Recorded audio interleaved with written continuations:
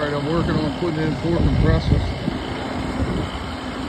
Currently, I'm recovering the gas. Got my nitrogen bottles right here, ready to purge. Getting ready to set up a purge. I'm lining up my compressors. I'm putting in this combo unit right here. It's an LG combo unit. Got 1 compressor, 2 compressors, 3, 4, the 48,000 BTUs are going in that. 2 of those, 2 48,000 BTU.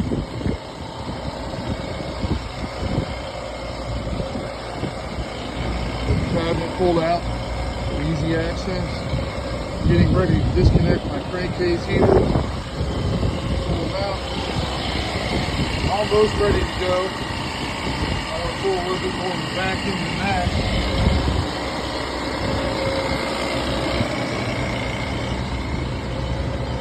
Weighing out my gas. A total of 150.4 pounds of gas, which we had to measure the lines out.